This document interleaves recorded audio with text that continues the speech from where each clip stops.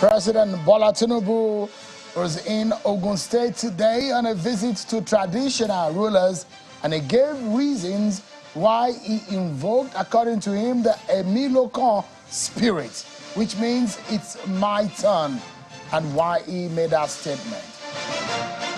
The Labour Party presidential candidate in the 2023 election, Mr. Peter Obi, is asking leaders in Nigeria to lead by example, reacting to the long convoy of the president when he landed in Lagos from London.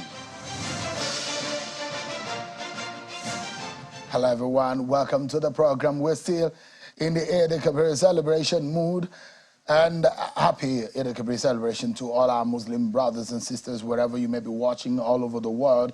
Welcome to the program. Tonight we begin with reactions of the presidential candidate of the Labour Party, Mr. Peter Obi, when at an event, on the sideline of that event in Anambra State, he was reacting to the need to cut the cost of governance. And he says that leaders in Nigeria should lead by example. I'll allow you to listen to what he said, albeit in this amateur video, the surface, which, of course, later on Channel Television, you'll be able to see him clearly. Channel Television covered that event. Take a listen to Mr. Peter Obi. The present Nigeria requires that all those who serve and lead must do so by example. The behavior and their current public conduct must be in consonance with what the society requires today. We cannot continue to preach for the people to sacrifice without sacrificing. We must not, the sacrifice must not start from the leaders. Visibly, measurably, at all times, because the people are suffering. And we must now be at the forefront of the suffering. That's Mr. Peter Obi, in that poor footage, but I'd like you to listen to it, that amateur footage, but you can watch all that on Channel's Television flagship news later on tonight at 10. So much to talk about tonight. We shall be having an extended conversation with INEC on the issues relating to the 2023 elections. And it says it will begin some kind of appraisal of the 2023 election, some internal appraisal and review of the process. And INEC says it will be engaging stakeholders who participated in the election, from logistics to transportation to those who took part in one way or the other. In fact, security and all of those who are part of the, in fact, politicians also, they say, will be part of these conversation. But again, the European Union came forward and they released a report highlighting 6 areas they thought that were not so good. We'll be hearing from INEC. And we want to know what exactly went wrong. How can we make our electoral process better? This is some of the conversation we'll be hoping to have tonight on the program. Plus, we'll be giving you insight into what the president has been up to. He was in Ogun State, then went on a state banquet in Lagos today. All of those sound bites we'll be bringing to you in a moment. But first, let's serve you with your political roundup stories.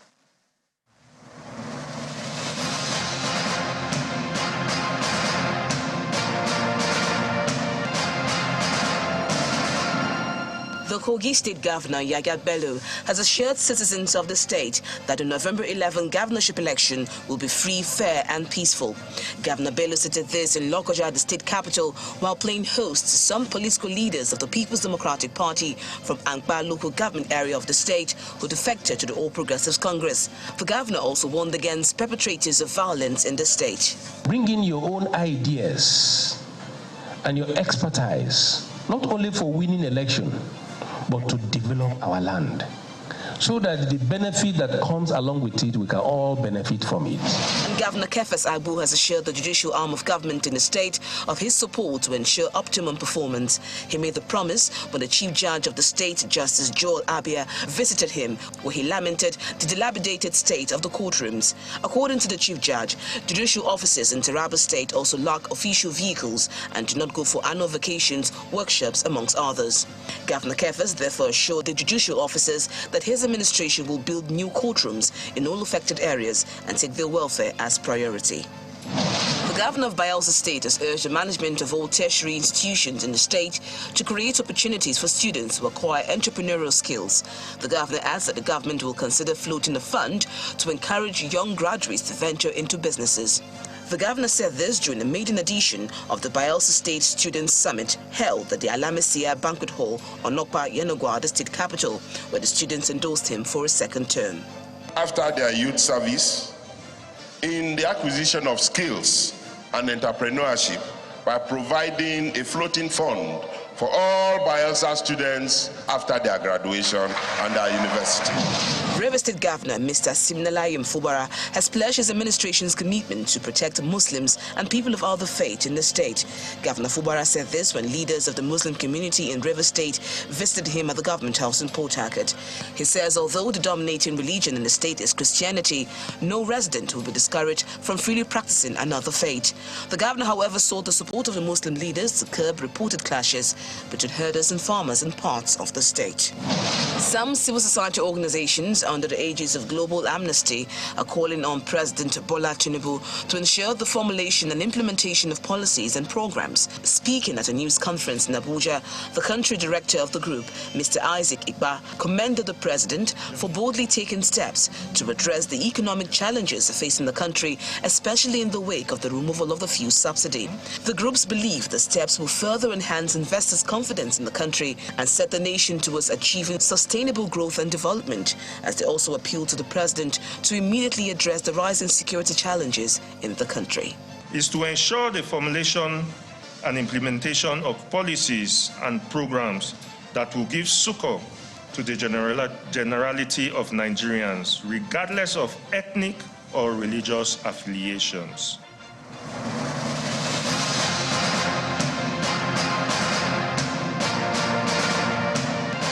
Thank you so much, everyone. There you have it. You've been served with your political roundup stories. Now, let me bring you up to speed with what the President Bola Tinubu has been up to. He was in Ogun State and a visit to the traditional rulers in Ogun State, and one of the major person that he visited was the Awujale of Ijebu land.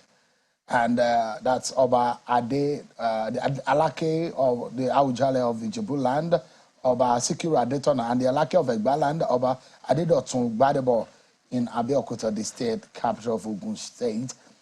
The president said he remained hopeful and optimistic about achieving victory in the last presidential election despite the ineffective cashless policy implemented by the central bank governor. He went ahead to say the reasons why he invoked the spirits of freedom and determination symbolized by the Emiloko spirit or statement which helped him to overcome the obstacles of the election. Take it, listen to the president. Despite the hardship of no money, no fuel, I credit you. Thank you. To many of you here, I just want to, I didn't know that it would be like this. I only wanted to sneak in and sneak out. Green cabbages. Now I know what it is. Now I know exactly what it is to be a president.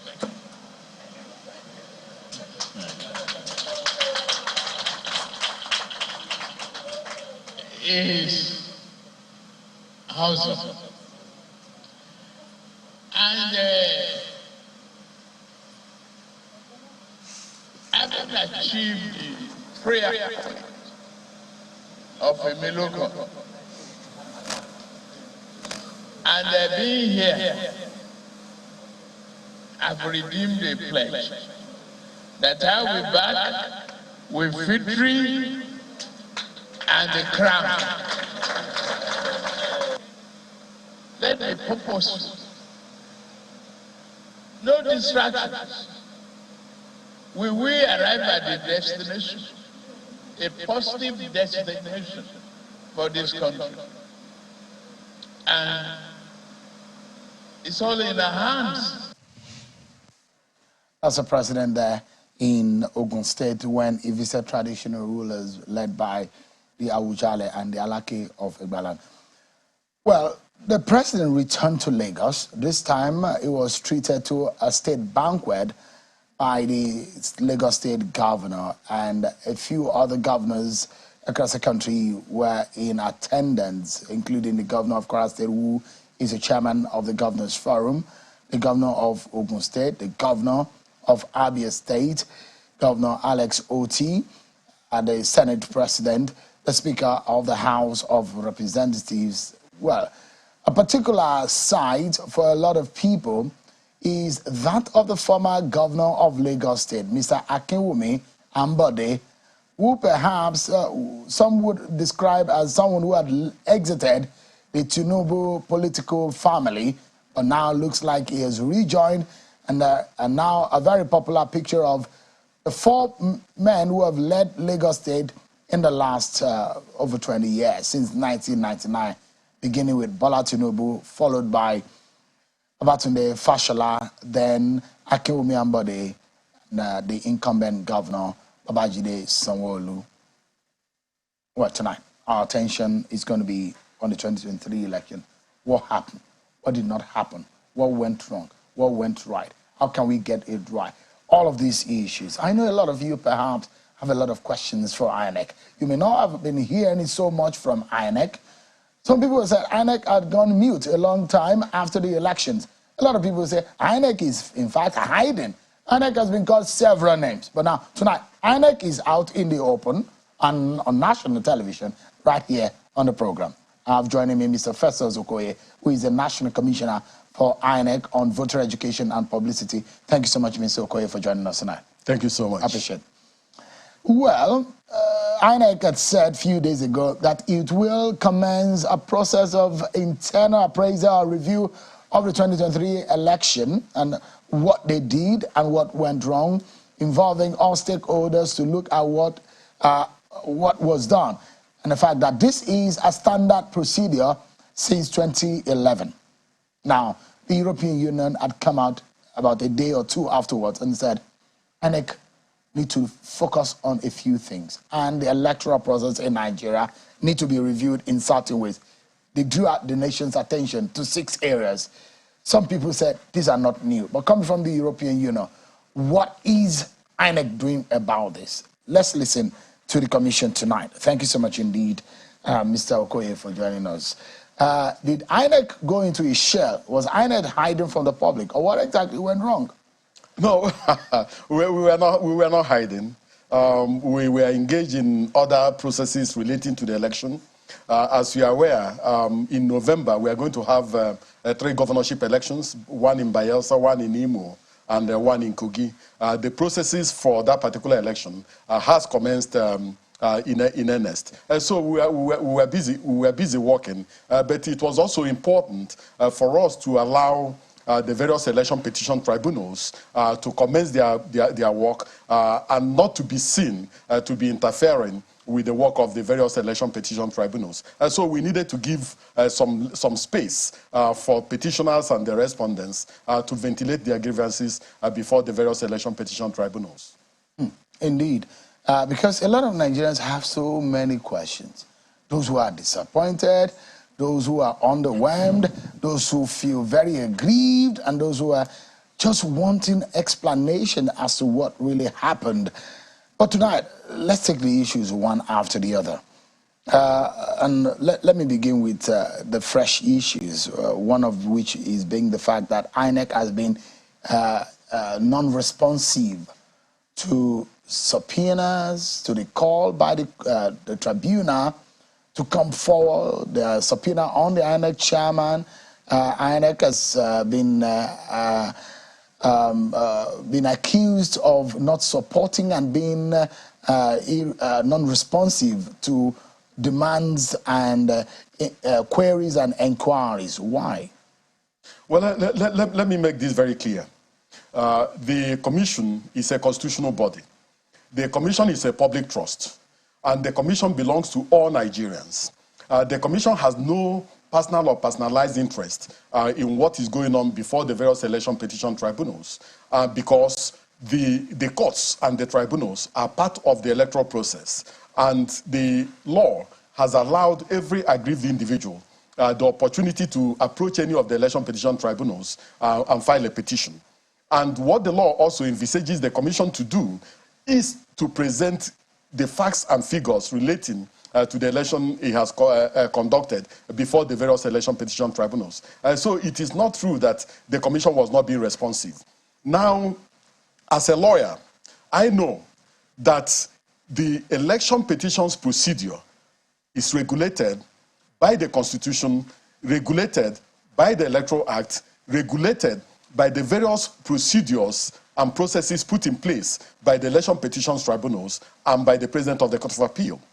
Now, if you want to issue a subpoena, there are processes and procedures to follow. If you want a document to be produced, there are processes and procedures to be followed. But you do not follow a process that is not recognized by the law, and then the document is not produced, and you turn around and go and address a press conference and claim that a document has not been produced. Every political party that followed the right procedure, they followed the right process, and that followed the constitutional and legal procedures for applications made to the commission, we provided all the documents they need to prosecute their petitions. But some of the lawyers will do things that are outside the constitutional and legal framework and then turn around and go and address the press claiming that INEC did not provide documents. We provided all the documents that petitioners required to prosecute their petitions. And in terms of subpoena, all the subpoena that we are directed to the chairman of the commission, that we are directed to resident electoral commissioners, and that we are appropriately channeled in accordance with the rules and procedures, we are answered. So we didn't disobey any subpoena, and we produced all the documents required by the various election petition tribunals. Did INEC chairman answer to the subpoena? Did he appear before the tribunal? Well, for instance, if a subpoena is directed to the chairman to produce a particular document, and a deputy director, an assistant director, or even a director in the commission can produce that particular document, the chairman doesn't necessarily need to appear in person to just produce a press statement issued by a national commissioner. But the INEC chairman was subpoenaed in person to appear before the tribunal in person. No, you know, there are different classes of subpoena. There is the subpoena that, and I want to explain in a layperson's language, there is the subpoena that is issued for you to just come and produce a document and go away. There's also a subpoena that is issued for you to come and testify on behalf of a petitioner or on behalf of a respondent. So it depends on the type of subpoena that is issued. If a subpoena is issued directed to the chairman of the commission, asking him to appear and testify, the chairman will definitely appear. But you know, the election petitions procedure is completely different. If you want to do that type of thing, there's a possibility that, one, you have to upload the witness statement of the person you want to even subpoena. Or you give the person notice of what you want the person to come and say.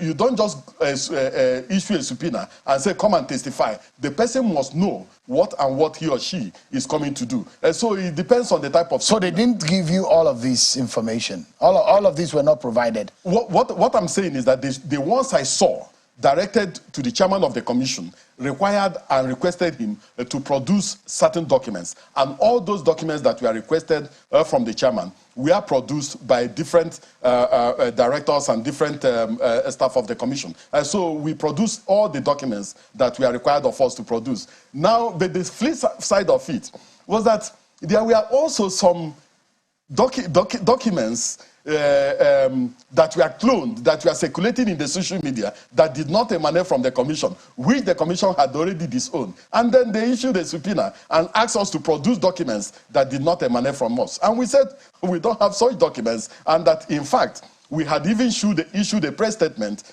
before, during that particular period, saying that such a document does not exist, and we don't have such a document. So the chairman of the commission answered all the subpoena that were issued and directed at him. Except the fact that he didn't appear in person like they wanted him to appear. He doesn't necessarily need to appear in person. What the tribunal requires is that a particular document required by the petitioners or by the respondents should be produced, and that particular document was produced. It does not matter which officer of the commission produced that particular document. Because the allegations are also that there were delay tactics within the commission, and you heard the lawyers, especially of the Labour Party, who said that there were delay tactics, there were technical ways that INEC was frustrating their effort, and that they were answering other parties in the matter, but particularly they were being frustrated by the way and manner INEC, and they have paid for it, but INEC is not responding. And it made it look so much that INEC was biased in the process. No, INEC was not biased. Look, the election petition proceedings are conducted before the election petitions court and before the election petitions tribunals. The election petitions court is not about drama. If you want to prosecute your election petition and a subpoena has been directed at the chairman and the chairman does not answer the subpoena, you go before the court and complain. And the court definitely will use its powers to compel the chairman to appear. But you do not do the right thing, and then the moment you step out from the courtroom, you turn to the television cameras and complain about the chairman not appearing, knowing well that you have not done the right thing, knowing that you have not complied with the right procedure. The commission is a constitutional body. The commission believes in the rule of law and believes in due process. And so we complied with what the court demands. But the drama that happens outside the courtroom, the Nollywood dramatization of issues, the commission is not interested in that. What the commission is interested in is what goes on within and inside the courtroom. If we have done anything wrong, definitely the justices of the Court of Appeal who sit as the election petitions court will definitely sanction the commission. But in this particular instance, you have to separate and make a distinction between what happens in the courtroom and the drama that takes place immediately after the court proceedings. So they were sensationalizing it. That's from your point of view. Definitely. And we realize that. You can see that the lawyers representing the commission were seasoned lawyers. Former president of the Nigerian Bar Association, A.B. Mahmood, was leading the INEC team, and he has so far conducted himself in a very dignified manner. He has not engaged in sensationalism. He has not engaged in the dramatization of the issues. Whatever is required to be responded to, he responded within the confines of the courtroom and not dramatizing issues outside the courtroom, because all those things were meant, to more or less inside the public, knowing well that, for instance, there are some members of the public that do not understand the intricacies involved in the courtroom. And I'll give you one example. For instance, I was watching the television one day. They stepped out from the courtroom and said, can you imagine, INEC is even objecting to certified documents issued by it. Why are they objecting? They know that within the confines of the law, within the procedures adopted by the courts, whatever objection you have, the reasons for those objections will be reserved until you file a final address. So if you object, you just say, I object to a document. For instance, if, for instance, you are contesting the validity of results issued by the commission in 4 states, and then you apply to the commission for the results in 10 states, and then you want to tender the 10, when in actual fact your grievance is in relation to results in 4 states. The commission is constitutionally, legally, and procedurally permitted to object to the tendering of the results from the other states that you did not plead. And that's exactly what is going on in the courtroom. But they dramatize and sensationalize some of these issues for people who are not versed with the procedures and processes of the courts. Mm. Have you been able to fully upload all the results from the presidential election on the IREV portal? You cannot fully upload all the results because there were places where elections did not take place. And I'll give you an example. Before the election, we told Nigerians that elections will take place only in 176,606 polling units, as against the number of polling units we have in the country, because in some of those polling units, we do not have registered voters. So you don't expect results from the IREV for all these other polling units where we did not deploy. That is one. Secondly, in places where there were violent disruption of the elections, you don't expect results from those polling units. And so I think that it is, it will not be right to expect that the IREV will contain results from 176,606 polling units. That is far-fetched. How many have you uploaded now so far? Well, I don't have the figure of it, but the results, substantial number of the results are already on the IREV. I mean, why did it take INEC that long to upload the result? Well, you know, as a lawyer, I'm going to be slightly circumspect and slightly careful in answering some of your questions, because some of the issues relating to the issue of result upload, especially for the presidential election, is pending before the election petitions court, and the commission. I think on the 3rd of July, we opened this defense around the issue of result upload and the issues surrounding it. So if you permit me, I will just try as much as possible to avoid answering that question, because it's one of the major issues before the election petitions court. And I'm careful about answering. So people are worried that there were two different kinds of elections that happened on one day. One part of it, there are those who are worried that results were there. The other part, results were not there. Why the discrepancy? It's not a discrepancy. We explained to Nigerians that there were challenges with uploading the presidential election results. And I'm using the word challenges as a layman's way of trying to explain what happened.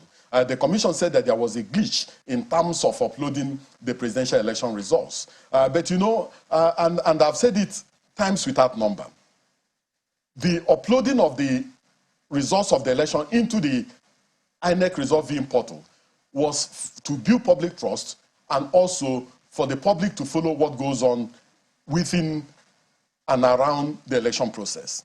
But as you know, and as I know, the law, the Electoral Act 2022, gives every registered political party the opportunity to nominate polling agents, or what in popular parlance we call party agents, to be its eyes within the various polling units. And most of the political parties did nominate their polling agents. In fact, 3 of the political parties nominated over 176,000 polling agents. One of them nominated around 134,000 polling agents. So what that means is that each political party had the primary evidence at the level of the polling unit of those results. So I find it slightly difficult to understand why almost all the political parties are relying only on results uploaded to the various polling units when they applied to the commission, and the commission accredited over 176,000 polling agents for each political party. But you made the promise that you were going to put it there. Yes. You were the one who said IREV is going to work. Yes. It's worked in Osun, it worked in Ondo, and you said, I mean Ekiti rather, and you said it's going to work. But you reneged on your promise. No. Or you failed on your promise. No, nobody has said that it did not work. The result, you said it yourself, the results for the senatorial election was uploaded. That of the House of Representatives election was uploaded. Governorship election was uploaded. State Assembly elections were uploaded. And it is only in the uploading of the presidential election results that we had a glitch. And we explained to Nigerians that this was exactly what happened. So it is not... No, you have not explained to Nigerians what happened. We did. No, what did you say happened? We said there was a glitch in terms of uploading of the presidential election results. What's the nature of the glitch? You know... So was it an issue of network or hosts issues, or what exactly is it? Is it a hardware problem, or the domain where you had your server or your porter domicile that was the problem? You see, if you drag me into a digital and technological issue, I will get lost because I am basically and fundamentally a lawyer. And so, as far as I'm concerned, there were challenges with uploading of the presidential election results. That issue of uploading, whether it was a hardware issue, whether it was a software matter, is already before the presidential election petition court, and I will not go into that. Moreover, my knowledge of technology is very, very limited. So if you drag me into technological related issues, I will just get lost in the process. So this is it. Your mind, it might not be your expertise. Yes. But because this is an engagement that you had with Nigeria, a promise you made to Nigerians, this is INEC, the destiny of Nigerians and the Nigerian people's hopes and aspirations about a process which they believe INEC was going to be transparent and come straight to them. So if there was somebody who was responsible who failed in his duties, or if it was a machine problem or it's a human error, what failed? Is it human or machine? Well, as an individual, I will have an opportunity of understanding the intricacies of what happened the moment we begin our own internal review process. And also the moment we also begin the external review process. So INEC does not know now what really happened? I've told you what I know. No, the point is, sir, yes. and I know, yes. If they take light in this building right now, it could be a generator or from the source, or solar. There are possible 3 ways by which we can generate power in this room right now. If they take light from the source, which is NEPA or PHCN, we put on our generator. If our solar fails, these are possible 3 ways. I'm not in that area, but I could tell you that power will be restored because our engineers are putting on the generator. So it could be that our engineer had gone to have dinner somewhere else, and that was why the gap of the minute in which they took light and we couldn't restore it. So that's what I'm asking. In layman terms, was it a human error or a machine error? Well, all I know is that there was a glitch. There were challenges with uploading of the presidential election result. That is all from a layman's point of view that I can explain. So nobody has been held accountable within INEC? It's not issue of holding anybody accountable. What failed? There were monies, millions of naira, Nigerian taxpayers' money that have been entrusted in the hands of INEC to prosecute this election. A major part of it failed, and INEC described it as a glitch. So explain to Nigerians if it's human or machine. So that you don't, I know what you're trying to run away from. I'm not running away. You don't want to get into the arena of what the tribunal is prosecuting right now, but just tell Nigerians it was human, it was machine. No. So Nigerians can then hold their breath and wait to when the defense of INEC comes. No, let me explain something to you. When you are using the word failure, you are using the word failure in a very generic sense. And that is not right. Now, that machine you are talking about has 3 components and 3 elements. When we were doing the voters registration process, we use that particular machine for purposes of voters registration. When we are doing voter accreditation, we use it for voter accreditation.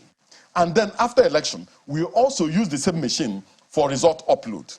So it is only one component of result upload that we are talking about. So the machine has not failed. The machine was used successfully in terms of voters registration. The machine was also used successfully in terms of voter accreditation. And the machine was also used successfully in terms of result upload. We are only talking of result upload for the presidential election only. So it is not true, and it is not right, and it's not correct to insinuate, even remotely, that taxpayers' money was wasted and the machine did not work. No, the machine worked optimally. I look at it in this way, yes. Mr. Okoye. If you are to buy a vehicle, and what you are concerned about is you paid for the vehicle and the vehicle is delivered to you. But when they give you a story that on the way from Mina, in between Mina and Abuja, the vehicle break down and something happened, you don't want to hear the story. What you want is what you paid for to be delivered to you. Nigerians paid for an excellent election. And midway, something happened when you promised them that results are going to be uploaded on IREF as a transparent process to be able to monitor and circumvent any kind of fraudulent activities on the exercise. But then it happened on 2 of the 3 elections. On one, it did not happen. So that means that beavers worked, but where you're supposed to upload it in the cloud or in one machine, it did not come, and it did not come in one of the elections out of the 3. The Nigerians are beginning to worry. If it was a human effort to hold on to that result. Let me give you an example. I boarded a plane coming from Anambra at the Anambra airport. All of us had already boarded the plane. And then suddenly, the pilot said that there was a problem with the computer of the aircraft and that he had called Lagos and that Lagos has asked him to shut down the plane and restart it. And he told us that what he's doing is akin to a computer, to our mobile phones hanging, and then you switch it off and put it on again. So even in aeroplanes, sometimes you experience that type of challenge. I have seen, you can buy a vehicle today and it will have a problem. No doubt. I've seen vehicles that were recalled to the factory. Mr. Okoye, do you realize that yes. Nigerians are very reasonable people? Oh, definitely, they can yes. understand with you if you have a problem. Genuinely, they will understand. This is not the first time INEC has had logistics problem. And Nigerians will understand, oh, you are going to postpone the election. We'll wait the next 2 weeks when you want to hold it. But when you have raised their hopes and you say, this is going to work, and did not work, don't you think that they have the right to ask, especially when the only reason why people pay tax is to see the effort of that tax being used? Well, let's take a break, Mr. Okoye. When we come back, there are a few more. We'll look at what you're going to be doing in making the elections, 3 of them that you have in the next few months, better, just to make our democracy and electoral process improve on it and make it better. We'll take a break, and when we come back, Mr. Okoye is still with us. The masquerade is out of... We'll be right back, everyone. Join us again.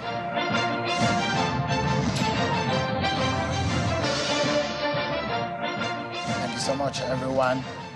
Well, Mr. Festus Okoye is the INEC National Commissioner for Voter Education and Publicity. He's been speaking with us on the outcome of the 2023 elections and some of the issues that have come up. Well, there are those who are saying that the National Assembly leadership election was rigged in favor of Senator Akpabio. Well, one of those who are on the other side, one of the supporters of Senator Abdulaziz Yari, is Senator Orji Uzor Kalu, who was the chief whip of the 9th National Assembly. He said that election was not rigged. There was this video that they put online, which I'd like you to look at. Take a listen to him. The election in the Senate was transparent. Akpabio won the election. It was free, it was fair. I congratulate the CNA, I congratulate the clerk of the Senate, and I congratulate all the staff of the Senate. And you know, I cannot lie to my conscience. All right, that's Senator Orji Uzor Kalu, one of those who supported Senator Abdulaziz Yari. But those lawmakers were already saying there is a process in the ballot used for the election. There was a way, technically, that the election was rigged. And he has come out to say, maybe the election was not rigged. Let's get back to our major conversation today. Mr. Okoye, you look at the IREV, and I'd like to ask you one last question on this issue of IREV. And maybe we can look at it again and perhaps maybe a big lesson. So if you say you cannot tell us specifically what went wrong, and I'd like to ask you whether it was human or machine error, but you say you are not able to tell us. But is it the same process if it did not work well for the presidential election? Is it the same one you're using for the 3 elections you're planning for? Or you've changed it? No. You agreed that in terms of result upload, that it worked for the senatorial election, it worked for the House of Representative elections, it worked for the governorship election, and it worked for the State Assembly election. So in 4 out of 5, it worked well. So it will not be correct to say that, the issue of using the beavers for a result upload failed. No. So what we are going to do is that since from the 4th of July, we are going to begin our own internal review with our resident electoral commissioners. And then thereafter, the chairman of the commission will outline the dates and the processes and procedures for the other reviews involving our electoral officers, involving collation officers, involving collation and returning officers, involving selected presiding officers, and also involving the external stakeholders, political parties, civil society groups and organizations, and others. All these things will be put in a basket, and we will have a very clear understanding, especially from the experts, on what exactly went wrong. Because, I mean, as the CEO of the commission, the INEC chairman, heads are not rolling in the IT department, where billions of naira have been committed into their hands. I mean, for that standard of election, this is not a governorship election, not a standalone election. This was the big stage. And something as huge as that embarrassed the nation, embarrassed the commission. Well, and heads are not rolling. Nobody is being punished. No. You don't begin punishment on the basis of emotion and also on the basis of assumption. You must begin punishment on the basis of clear understanding of what has transpired. So, but election held since February. And that, Mr. Okoye, and that clear we are in June right now. We are entering into July. That is true. If it was a private sector interest, would you have waited this long to find out what happened? The commission is not a private sector interest. Your organization would have collapsed on itself. The commission if you have not taken it. So INEC has not really taken any steps since then. It's not true. Does the commission need the nation's trust in the way and manner he carried out his work? Exactly, and that is why we are going to begin our own internal review process. And you know, for this presidential election, for the 2023 general election, the commission deployed over 1.5 million ad hoc staff. Over 1.5 million. But just okay, we're not talking about ad hoc staff. We're talking about your server, your machine that deployed, that hosts the whatever. The beavers wasn't the problem. It was where the results are that Nigerians could view. That was the bone of contention. And so there are people who were in charge. There are people who were manning it. Yes. What did you tell them? You were in the situation room. Did you scold them? Did you query them? Did you suspend anybody? No. I cannot disclose to you what happened in the situation room when this issue arose. When this issue arose, those of us who are not vast in technology tried to understand what was going on. And we were assured that it will be rectified in a short while. And then it went on and on. Things spilled out of hand and so on and so forth. For several weeks. Not for several weeks. And we had to issue a statement. So that, for me, is what I know as at now. Okay. The moment we conclude our internal review, we will be in a position to have a holistic understanding of what transpired. And then if sanctions have to be applied, if heads have to roll, definitely that will be done. Let me take you quickly away. There are issues in Sokoto, Adamawa State, and you, Commission, come out in what some Nigerians applauded, that, look, for a moment, INEC is calling out those who are trying to subvert the process. You add a question mark on the activities of the Sokoto REC, on the Adamawa REC. What is the position now? Where is the issue of the Adamawa REC and the Sokoto REC? Well, in terms of the issue of the Adamawa REC, you are aware that the President of the Federal Republic of Nigeria suspended him before he exited office. And you're also aware that the Nigerian police force invited him to come and offer explanation relating to what has happened. I am aware that the police has concluded this investigation, and I'm aware that in the next few weeks, Nigerians will be informed of what has happened and what will happen. Yes. INEC is one of the complainants, or is it? No, under the law, it is the responsibility under the law, it is the responsibility of the Independent National Electoral Commission to prosecute him if a prima facie case has been made out against him. Do you have enough to prosecute the matter? Yes. Has that been passed on to the INEC? It's a possibility. Has it been passed on? I mean, is that a yes or no? It's a possibility. No, possibility is whether or not has the investigation report been passed on to INEC? You know, you see, there has been some level of interface between the Nigerian police force and the Independent National Electoral Commission. And in some of the processes leading to the investigation, the commission was involved in some of those processes and procedures. And I'm aware that that very soon the commission will take action relating to the Adamawa. Yes. What about the Sokoto Rec and other people? You said some senior staff of INEC are found wanting in their duties.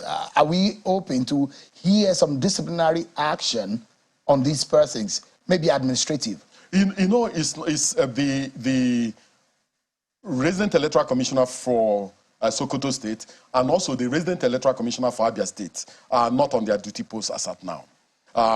Very soon, the commission will take a position relating to what happens to them. And I'm sure that the moment the commission takes a position, it will be communicated to Nigerians. So the issue around the Sokoto Rec and the issue around the Abia Rec are completely different from issues surrounding the resident electoral commissioner for Adamawa State. So they are completely different. But in terms of these two resident electoral commissioners, very soon the commission will take a position and then Nigerians will be informed of the position of the commission. Let me allow you to respond to what the European Union said. 6 areas they highlighted. One of it was actually very indicting.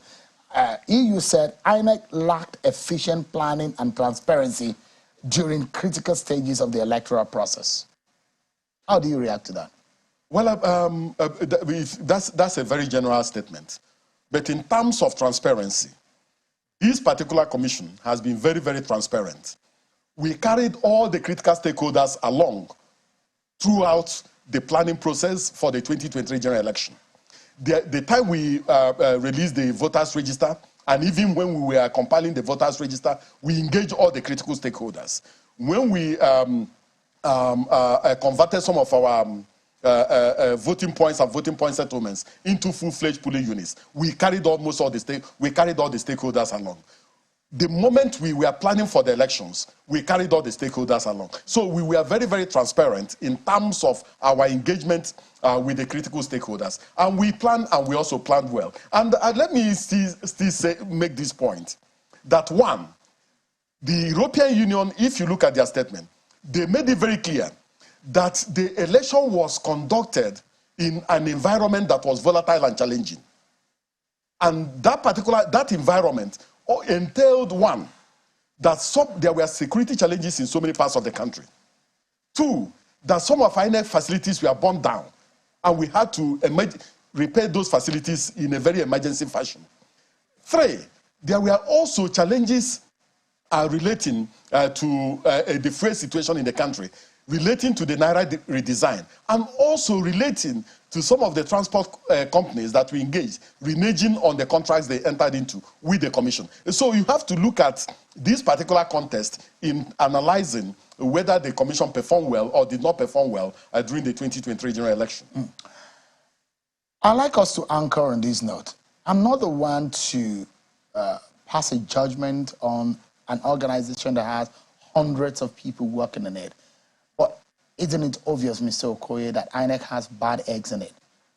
And would you say that your efforts were being messed up or being frustrated by some of these bad eggs? Well, if you are talking about the commission, I need you to make a separation. There are the permanent staff of the commission who work for the commission, and then there are the ad hoc staff that the commission recruits in order to conduct this election. Part of those ad hoc staff we recruit are youth corps members, young men and women. Secondly, we also recruit students of federal tertiary institutions in their penultimate year. We also recruit staff of federal agencies, commissions, and parastatals who serve as supervisory presiding officers, and we also recruit lecturers from federal tertiary institutions who collect results and also serve. But were there are there bad eggs? Do you regret recruiting some of these people based on their conduct? I believe that those who performed well far outweigh the few people that betrayed the trust of the Nigerian people and also betrayed their oaths. We need to go now, Mr. Okoye. If you can look into the camera and promise Nigerians, we have 3 elections coming. There's a trust deficit in your organization.